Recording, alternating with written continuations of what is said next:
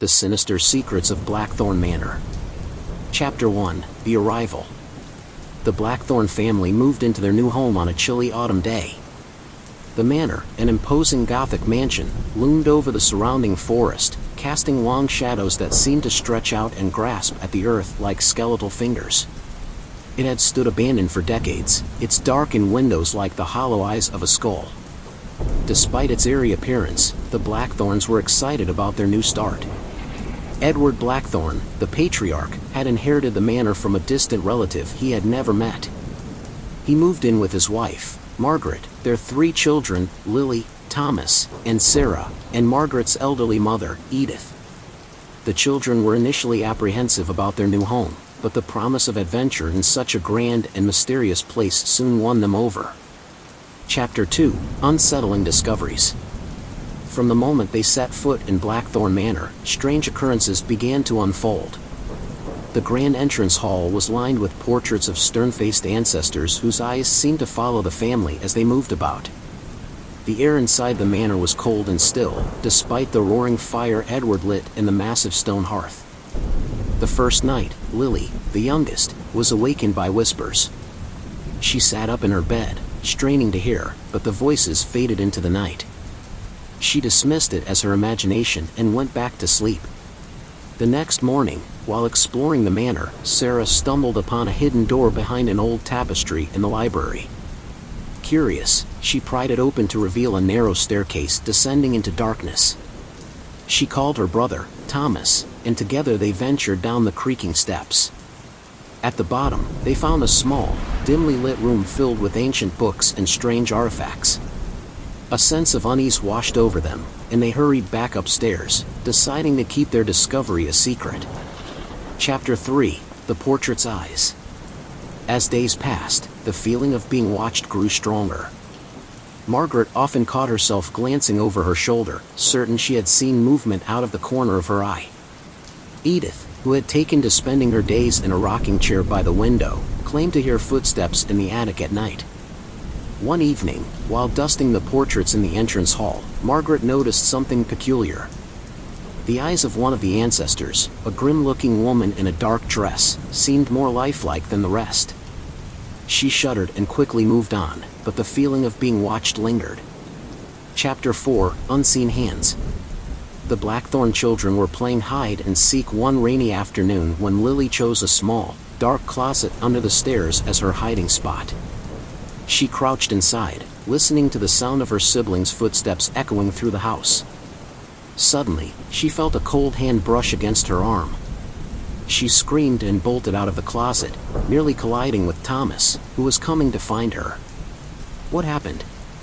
Thomas asked, his face pale with concern. "Someone touched me," Lily cried, her eyes wide with fear. They searched the closet but found nothing. The incident left Lily shaken, and the game was abandoned.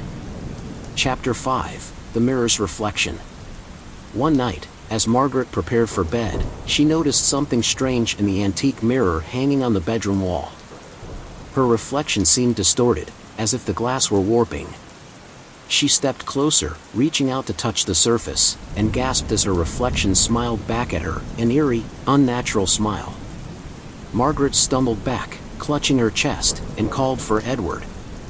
When he arrived, the mirror appeared normal again. He reassured her it was just a trick of the light, but Margaret couldn't shake the feeling of dread that settled over her. Chapter 6: The Secret Room.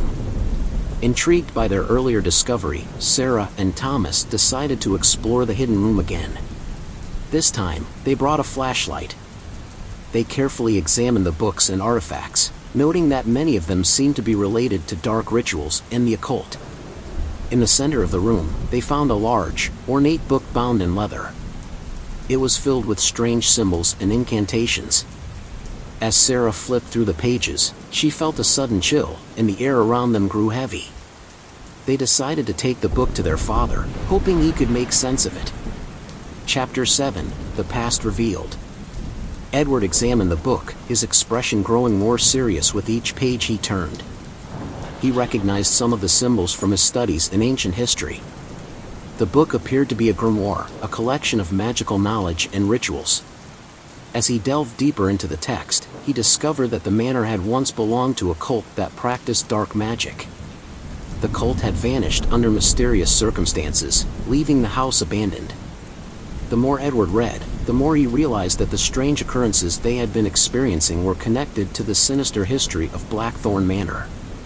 Chapter 8: Edith's Warning. Edith, who had been quietly observing the family's growing unease, finally spoke up.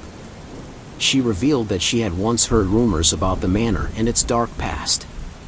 According to local legend, the cult had performed a ritual to summon a powerful entity, but something had gone wrong.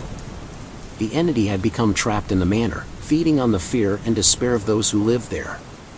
"The house is cursed," Edith said, her voice trembling. "We need to leave before it's too late." But Edward, determined to protect his family and uncover the truth, refused to abandon the manor. He believed that understanding the rituals in the book could help them break the curse. Chapter 9: The Ritual. As the nights grew darker and the atmosphere in the manor more oppressive, Edward became increasingly desperate. He decided to perform one of the rituals from the book, hoping to communicate with the entity and find a way to banish it. Margaret was reluctant, but she agreed to help, believing it was their only hope. Together with the children, they prepared the ritual, gathering the necessary items and drawing the symbols as instructed. On the night of the ritual, they gathered in the hidden room, the air thick with anticipation. Edward began to recite the incantation, his voice steady despite the fear gnawing at him. The candles flickered, and a cold wind swept through the room, extinguishing the flames. Chapter 10: The Entity Unleashed. Suddenly, a dark figure materialized before them, its form shifting and writhing like smoke. The entity's eyes glowed with a malevolent light, and its voice echoed through the room, a chorus of whispers and screams. "You dare summon me?" it hissed. "You will pay for your arrogance." The entity lashed out, and the room erupted into chaos. The family was thrown to the ground, and the walls seemed to close in around them. Edward tried to continue the ritual, but his voice was drowned out by the entity's fury. Just when it seemed all hope was lost, Sarah, clutching the talisman she had found in the hidden room, stepped forward. She raised the talisman high, and it began to glow with a brilliant light. Chapter 11: The Power Within. The entity recoiled, its form flickering as the light from the talisman grew brighter. Sarah's voice, clear and strong, cut through the chaos. "Begone, foul spirit. You have no power here." The entity howled in rage, but it was too late. The light enveloped it, and with a final, ear-piercing scream, it vanished, leaving the room in silence. The family stood in stunned silence, the weight of what had just happened settling over them. The oppressive atmosphere that had plagued the manor was lifted, and the whispers were gone. Chapter 12: A New Beginning. In the days that followed, the Blackthorn family worked together to restore the manor, turning it from a place of fear into a home filled with warmth and love. They discovered more secrets about their ancestors and the true history of the manor, but no longer did these secrets hold power over them. Edith, once wary of the manor, found peace in her final days, surrounded by her loving family. Edward and Margaret, their bond strengthened by the ordeal, vowed to protect their children and ensure that the dark past of Blackthorn Manor would never return. As for Sarah, she kept the talisman close, a reminder of the power within her and the courage it took to face the darkness. The Blackthorn family had faced unimaginable terror and emerged stronger, united by their love and determination. And so, Blackthorn Manor, once a place of shadows and whispers, became a beacon of hope and resilience, its dark history forever transformed by the light of a family's love. Chapter 13: Whispers from the Past. Despite the newfound peace in Blackthorn Manor, not all shadows were vanquished. Sarah, now seen as the heroine of the family, continued to be drawn to the hidden room where she had found the talisman. Late at night, she could still feel a faint pull, as if the manor itself had more secrets to unveil. One evening, while exploring the room, she found a loose stone in the wall. With some effort, she pried it loose, revealing a small hidden compartment. Inside was an old, dust-covered journal bound in cracked leather. The journal belonged to a woman named Eliza Blackthorn, one of their ancestors who had lived in the manor during the time of the cult. Chapter 14: Eliza's journal. Eliza's journal detailed her life in Blackthorn Manor and the horrors she witnessed. She had been a reluctant participant in the cult, forced into it by her husband, who was one of the leaders. Eliza wrote about the rituals, the summoning, and the entity that they had inadvertently trapped within the manor. The final entries revealed her plan to escape the cult and save her children from its grasp. She had hidden the talisman, imbued with her own protective magic, hoping it would one day help break the curse. Sarah realized that Eliza's spirit had guided her to the talisman, aiding them in their fight against the entity. Chapter 15: The Return of the Shadows. As Sarah delved deeper into the journal, she began to notice strange occurrences once more. Shadows moved independently of their sources, and ghostly whispers returned, more insistent than before. It seemed that the entity's banishment had only been temporary. Eliza's journal hinted at a final, more powerful ritual that could permanently seal the entity away, but it required great sacrifice. Sarah, now burdened with this knowledge, confided in her family. Edward, Margaret, Thomas, and Lily listened intently as Sarah read the journal aloud. They knew they had no choice but to attempt the final ritual, but the thought of the required sacrifice filled them with dread. Chapter 16: Preparing for the Final Battle. The Blackthorn family gathered all the necessary items for the ritual, which included rare herbs, specific symbols drawn in blood, and a personal sacrifice from each family member. Edith, frail but resolute, insisted on being part of the ritual, believing her connection to the past might aid in their efforts. As the night of the ritual approached, the atmosphere in the manor grew tense.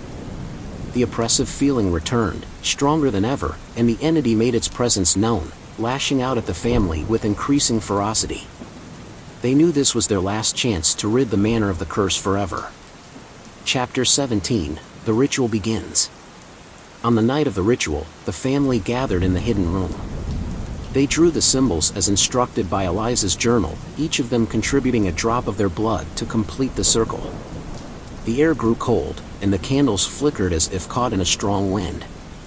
Edward began to recite the incantation, his voice steady despite the growing fear. As he spoke, the shadows in the room began to twist and writhe, and the entity materialized once more, its eyes burning with hatred. "You cannot banish me," it roared, its voice echoing through the room. Chapter 18: The Sacrifice. Eliza's journal had warned that the ritual would require a great sacrifice. As the family chanted together, the entity's rage grew. It lashed out, knocking Edward to the ground. Margaret and the children rushed to his side, but Edith stepped forward, her eyes filled with determination. "Take me," she said, her voice strong. "I offer my life to save my family." The entity paused, as if considering her offer. The air grew still, and for a moment, it seemed as if nothing would happen. Then, with a final, ear-piercing scream, the entity surged forward, enveloping Edith in darkness. The family watched in horror as she collapsed, her body lifeless. Chapter 19: The Aftermath. As Edith's sacrifice was completed, the entity began to dissolve, its form breaking apart into wisps of smoke. The oppressive atmosphere lifted, and the room grew warmer. The candle's flames burned steadily once more, casting a gentle light over the scene. The family gathered around Edith, their hearts heavy with grief but filled with gratitude for her bravery. They knew that her sacrifice had been necessary to save them all and to rid Blackthorn Manor of the curse forever. Chapter 20: Moving Forward. In the weeks that followed, the Blackthorn family worked together to honor Edith's memory. They renovated the manor, turning it into a home filled with love and light. The dark history of the manor was no longer a source of fear, but a testament to their strength and resilience. Sarah kept Eliza's journal and the talisman as reminders of the past and the power they had within them. She often felt Eliza's presence guiding her, a comforting presence that reassured her that the darkness had truly been banished. Blackthorn Manor, once a place of shadows and fear, became a beacon of hope and resilience. The story of the Blackthorn family's struggle and triumph over the darkness became a legend in the local town, inspiring others to face their own fears and challenges with courage and determination. And so, the legacy of Blackthorn Manor was transformed, not by the darkness that once haunted its halls, but by the light of a family's love, sacrifice, and unyielding spirit. The Blackthorns had faced unimaginable terror and emerged stronger, their bonds unbreakable, and their story a testament to the enduring power of love and hope. Don't forget to subscribe.